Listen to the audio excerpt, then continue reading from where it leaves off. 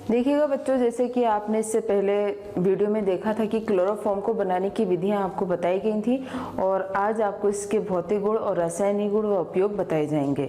Video को last तक जरूर देखें, बीच में नहीं छोड़ें, क्योंकि बीच में इसके इंपॉर्टेंट क्वेश्चंस भी बताए जाते हैं जो कि बोर्ड के एग्जाम में बहुत ज़्यादा पूछे जाते हैं।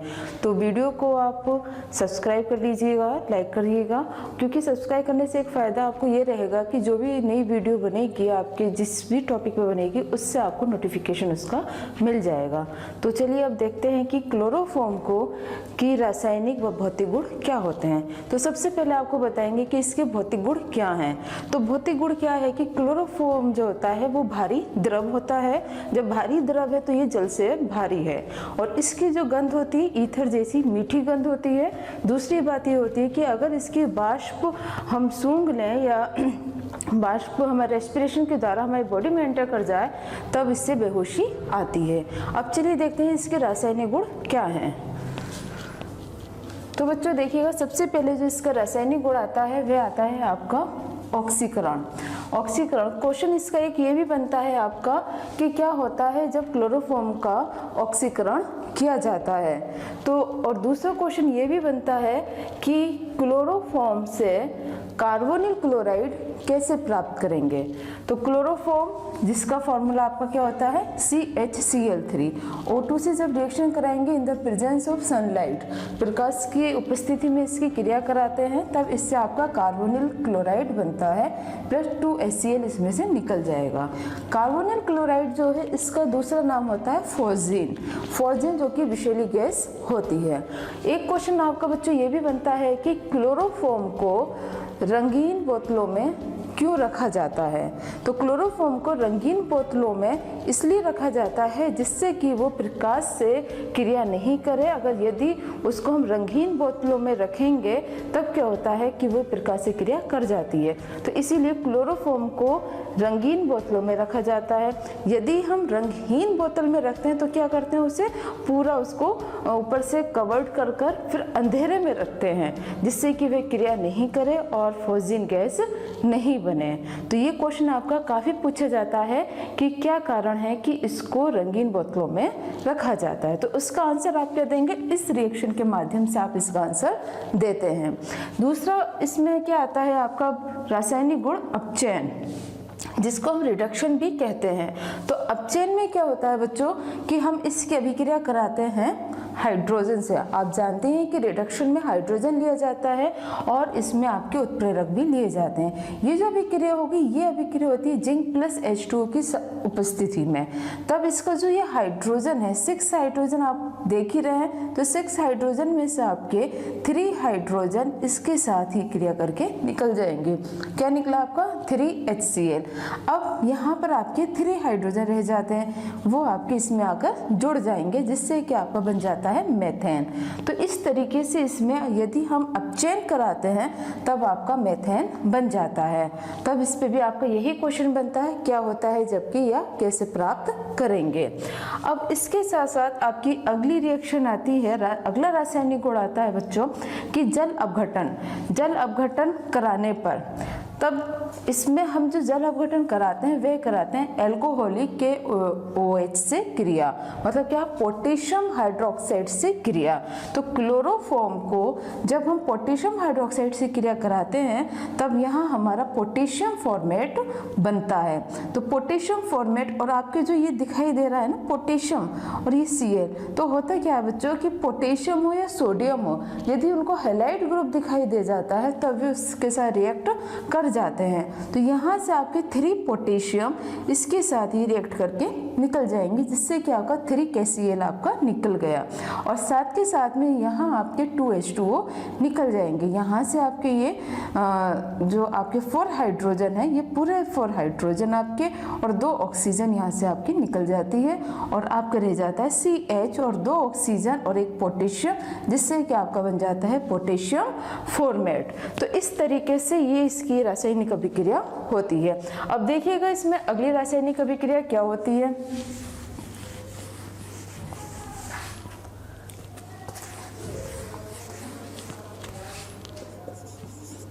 अगली अभिक्रिया आती है आपकी सिल्वर पाउडर से क्रिया।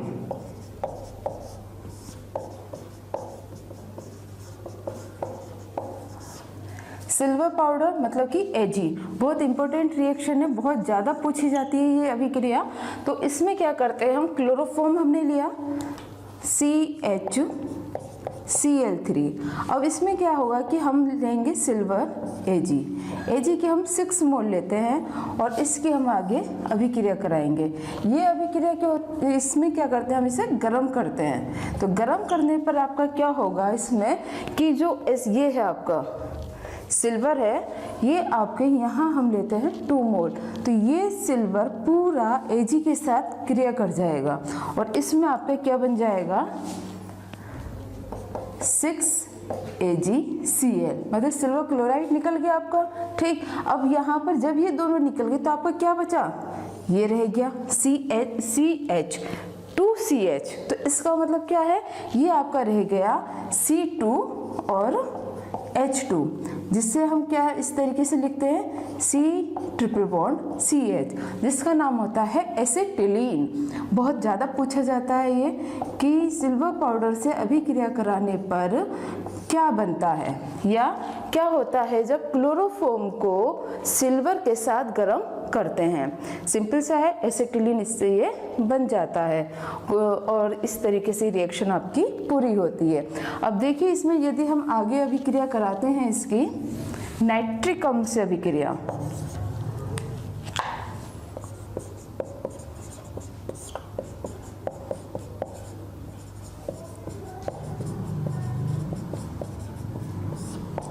सांद्र HNO3 से अभिक्रिया, तब क्या होता है आपका कि इसमें क्या है कि हमने लिया क्लोरोफॉर्म CCl3 प्लस HNO3। ठीक, ये जो लेते हैं हम सांद्र लेते हैं, सांद्र HNO3, तब इससे क्या बनेगा आपका, ये आपका निकल जाता है CCl3NO2, जिसे हम कहते हैं क्लोरोपिक्रेन। ये एक विस्फोटक पदार्थ होता है क्लोरोपिक्रेन। और इसमें से क्या होता है बच्चों कि ये जो आपका हाइड्रोजन है, आप ये देख रहे हैं क्लोरोफॉर्म का हाइड्रोजन, नाइट्रिक अम्ल का हाइड्रोजन और एक ऑक्सीजन यहाँ से, ये यहाँ पर निकालते हैं क्या H2O। तो इस तरीके से आपका क्या होता है कि जब हम क्लोरोफॉर्म की नाइट्रिक अम्ल HNO3 आपका कहलाता है नाइट्रिक अम्ल, तब नाइट्रिक अम्ल से जब हम क्रिया कराते हैं तब आपका क्लोरोपिक्रेन बनता है। तो अब इसी तरीके से आपकी ये भी रिएक्शन जो है इसमें बहुत इंपॉर्टेंट रिएक्शन है। दोनों ही रिएक्शन काफ़ी पूछी जाती हैं कि क्लोरोफॉर्म से क्लोरोपिक्रेन कैसे प्राप्त करेंगे, या क्या होता है जब क्लोरोफॉर्म की सांद्र नाइट्रिक अम्ल से अभिक्रिया कराते हैं। अब अगली अभिक्रिया क्या आती है इसमें, एसीटोन से अभिक्रिया।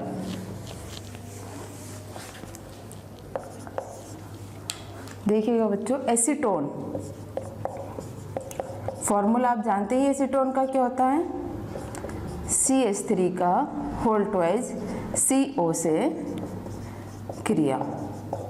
ये अभिक्रिया आपकी एक तरीके से योगात्मक अभिक्रिया भी है। इसमें क्या है, ये आपका आ जाता है CCl3, क्लोरोफॉर्म आ गया।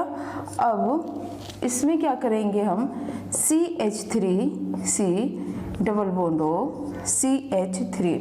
एसीटोन को हम इस प्रकार से लिख लेते हैं CH3 और ये आपका आ गया एसीटोन। इसके साथ जब हम अभिक्रिया कराते हैं बच्चों, तब होता क्या है इसमें कि ये जो आपका है CH3 और CH3 4 वैलेंसीज हैं इसके। तो इस वैलेंसीज में क्या होगा कि जो क्लोरोफॉर्म का हाइड्रोजन है, ये जो डबल बॉन्ड के साथ ऑक्सीजन जुड़ा हुआ है, यहाँ पर जाकर इसके साथ जुड़ जाएगा। ये क्या हो गया OH, और ये पूरा कंपाउंड C और CH3 ये इसकी फ्री वैलेंसी पर आकर जुड़ जाता है, जिससे कि क्या बनता है, ये क्लोरीटोन। इसे कहते हैं हम क्लोरीटोन। इंपॉर्टेंट रिएक्शन है, बहुत ज़्यादा पूछी जाती हैं। तो क्लोरोफॉर्म की जो रासायनिक गुण है बच्चों बहुत इंपॉर्टेंट है, क्योंकि क्या होता है जबकि या कैसे प्राप्त करो में एक न एक जरूर आती है। तो इसमें क्या है कि देखिएगा एसीटोन के साथ जब इसने रिएक्शन की है तब इसने योगात्मक अभिक्रिया क्यों कहा, क्योंकि ये इसमें पूरा जुड़ गया है, इसलिए योगात्मक अभिक्रिया आपकी कहलाती है। अब देखिएगा इसकी कि अगली रिएक्शन क्या आती है। तो बच्चों देखिएगा, इसमें अगली रिएक्शन आपकी आती है कार्बोल एमीन अभिक्रिया या आइसोसाइनाइड परीक्षण। ये अभिक्रिया आपकी टिप्पणी में भी पूछी जाती है कि इस पर टिप्पणी लिखिए कि कार्बोल एमीन अभिक्रिया किसे कहते हैं, या फिर निम्नलिखित की टिप्पणी दीजिए जिसमें किसका नाम भी आपका आता है। इंपॉर्टेंट रिएक्शन है, बहुत ज़्यादा पूछी जाती है। इससे कार्बोल एमीन अभिक्रिया कहते हैं। क्यों? एमीन का मतलब है एमिनो ग्रुप। इसमें क्या है आपका एमिनो ग्रुप आ रहा है एनिलीन के साथ। एरोमेटिक कंपाउंड है एनिलीन, जिसका फॉर्मूला होता है C6H5NH2। और आइसोसाइनाइड परीक्षण क्यों कहा गया? क्योंकि इन सब की रिएक्शन कराने के बाद आपका साइनो ग्रुप बन रहा है, इसीलिए इसको आइसोसाइनाइड कहा गया है कि फेनिल आइसोसाइनाइड इसमें बनता है। तो यदि आपका क्वेश्चन कार्बोल एमीन से बने या आइसोसाइनाइड से बने तब आपको रिएक्शन यही लिखनी है। अब देखिएगा रिएक्शन क्या है। क्लोरोफॉर्म हमने लिया CHCl3, एल्कोहली पोटेशियम हाइड्रोक्साइड और एनिलीन। इसके साथ जब हम रिएक्शन कराएंगे तो जैसे कि आपको पहले ही बताया था कि पोटेशियम को अगर Cl दिखाई देता है तब वो किसके साथ रिएक्ट करता है? एकदम Cl के साथ। तो क्या है, पोटेशियम ने Cl के साथ रिएक्शन की और क्या हुआ आपका 3KCl इसमें से निकल गया। अब इसमें आगे जो रिएक्शन होती है वह ये होती है कि ये जो 3 ऑक्सीजन है, ये 3 ऑक्सीजन और जो आपके 6 हाइड्रोजन, एक तो आपके ये हाइड्रोजन आपका इधर आ गया, ठीक, कि 2 हाइड्रोजन आपके ये हो गए और 3 हाइड्रोजन आपके ये हैं 5 और 1 हाइड्रोजन आपका ये हो गया, तो 6 हाइड्रोजन हो गए। 6 हाइड्रोजन 3 ऑक्सीजन आपके क्या मिलकर बनाएंगे? 3H2O। तो इसके बाद जो हमारा मेन कंपाउंड क्या बचता है कि यहाँ आपका ये बचा फेनिल ग्रुप, ठीक, C6H5 और इसके साथ क्या है? नाइट्रो, और ये कार्बाइड इसके साथ जाकर जुड़ जाएगा जिससे कि आपका बन गया क्या? Phenyl isocyanide. तो इस तरीके से आपका फेनिल आइसोसाइनाइड बन जाता है। यदि इस रिएक्शन में आपने पोटेशियम और क्लोराइड 3KCl निकाल दिया, 3H2 निकाल दिया, तो बचा हुआ कंपाउंड आपका फेनिल आइसोसाइनाइड ही बनता है। तो इस तरीके से कार्बोल एमीन अभिक्रिया कंप्लीट हो जाती है और बहुत इंपॉर्टेंट है, इसे आप जरूर तैयार कीजिएगा। इसके साथ अब अगली जो बहुत इंपॉर्टेंट रिएक्शन आती है वह आती है फिनोल से क्रिया, जिसे हम दूसरा नाम देते हैं राइमन टीमन अभिक्रिया। ये राइमर टीमर अभिक्रिया होती है, राइमर टीमन अभिक्रिया। तो राइमर टीमर अभिक्रिया के नाम से भी होता है। तो फिनोल का जो फॉर्मूला होता है वो होता है, ये इस तरीके से बेंजीन रिंग में दिखाएंगे या फिर इसे आप इस तरीके से लिख सकते हैं C6H5OH। तो ये आपका एरोमेटिक कंपाउंड है, इसमें भी एक एरोमेटिक कंपाउंड लिया जाता है। इसमें क्या करा हमने? क्लोरोफॉर्म लिया प्लस पोटेशियम हाइड्रोक्साइड लिया।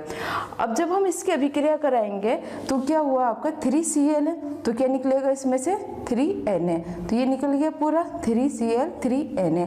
अब इसमें से आपका क्या हो जाएगा? 3H2O भी निकल जाएगा।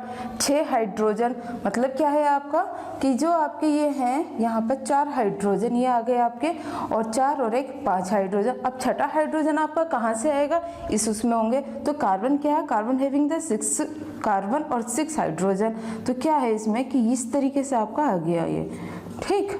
ये देखिए, अब प्रत्येक पे क्या जुड़ा हुआ? हाइड्रोजन। अब यहाँ पर क्या है कि हाइड्रोजन की जगह आपका क्या है? ये OH, क्योंकि फिनोल में है इसलिए ये आपको यहाँ हाइड्रोजन, यहाँ भी हाइड्रोजन है, यहाँ भी हाइड्रोजन, ये हाइड्रोजन, ये अल्टरनेट इसमें डबल बॉन्ड है। अब जब यहाँ पर हमारा अटैकिंग होगी किसकी? ये जो CHO ग्रुप है, ये जो कार्बन है आपका, ये जब यहाँ का जुड़ेगा तो ये हाइड्रोजन यहाँ से निकलेगा। तो जब ये हाइड्रोजन निकला तो कितने हाइड्रोजन हो गए हमारे? 6, 4, 5 और 6 हाइड्रोजन मिलकर क्या बनाए इन्होंने? 3H2O। हमारा क्या बचता है यहाँ पर? एक कार्बन, ये पूरा CH और एक ऑक्सीजन। तो CHO ग्रुप आपका यहाँ पर जुड़ जाएगा जिससे कि आपको ये कंपाउंड बन जाता है। अब आगे क्या करते हैं इसमें हम कि HCl डालेंगे, हाइड्रोक्लोरिक अम्ल। तो HCl डालने पर क्योंकि सोडियम है तो सोडियम को क्या है, ये Cl के साथ रिएक्ट कर जाएगा जिससे कि आपको NaCl इसमें से निकल गया। और जो सोडियम जब हटा है तो इसकी जगह आपका क्या आ गया? ये हाइड्रोजन आके जुड़ गया। तो जिससे कि आपका क्या कंपाउंड बन गया? सैलिसिल एल्डिहाइड, जिसका दूसरा नाम होता है ऑर्थो हाइड्रोक्सी बेंजल्डिहाइड। ऑर्थो क्योंकि ऑर्थो पोजीशन पे आपका हाइड्रोक्सी हाइड्रोक्सी ग्रुप जुड़ा हुआ है, हाइड्रोक्सी मतलब अल्कोहलिक ग्रुप जुड़ा हुआ है, और बेंजल्डिहाइड क्योंकि पूरी रिंग को हम क्या कहते हैं, बेंजीन कहते हैं, और इसके साथ क्या है ये एल्डिहाइड, तो क्या हो गया ऑर्थो हाइड्रोक्सी बेंजल्डिहाइड। तो इस तरीके से इसका नाम आ जाता है। तो इसीलिए बच्चों ये रिएक्शन समझती हूँ मैं कि आपको समझ में आ गई होगी। अगर नहीं है, कहीं भी कोई दिक्कत है, कोई भी प्रॉब्लम है, तो कमेंट बॉक्स में जाके कमेंट आप करके क्वेश्चन पूछ सकते हैं। तो इसीलिए ये बहुत इंपॉर्टेंट रिएक्शन है, इन्हें आप ज़रूर तैयार कर लेंगे, बोर्ड के एग्जाम में काफ़ी पूछा जाता है और ये टिप्पणी के रूप में भी आती है। अब चलिए बात कर लेते हैं इसके साथ साथ इसके उपयोग की, कि इसके क्या क्या उपयोग है। तो सबसे पहली बात यह है कि जो इससे प्रोडक्ट बन रहे हैं, जैसे कि आपका क्लोरोपिक्रीन बना, क्लोरीटोन बना, आपका जैसे कि सैलिसैल्डिहाइड बना, तो इन सब को बनाने में भी इसका प्रयोग किया जाता है। और दूसरा उपयोग क्या होता है कि जो आपके ब्रोमीन है, आयोडीन है, इनके ब्लैक के रूप में भी इसका प्रयोग करते हैं। और सबसे बड़ी बात क्या आती है कि इसका उपयोग क्या होता है कि मेडिकल लाइन में बहुत ज़्यादा किया जाता है और दवाइयों में भी इसका प्रयोग करते हैं। तो मेडिकल लाइन में कैसे बेहोशी के रूप में इसका उपयोग किया जाता है। तो इसीलिए इस तरीके से ये आपका क्लोरोफॉर्म का टॉपिक कंप्लीट होता है। यदि कहीं भी कोई भी आपको समस्या है तो आप पूछ सकते हैं, कमेंट बॉक्स में जाके कमेंट करके हमसे पूछ लीजिएगा। और दूसरी बात यह है कि साथ के साथ इन सब टॉपिक को आप तैयार करते चलिए और बीच में वीडियो को नहीं छोड़ें, कंप्लीट वीडियो आप देखो और पूरी वीडियो को आप देखकर अपना टॉपिक तैयार करिएगा। तो इसी तरीके से पढ़ते रहिए, आगे बढ़ते रहिए और जय भारत।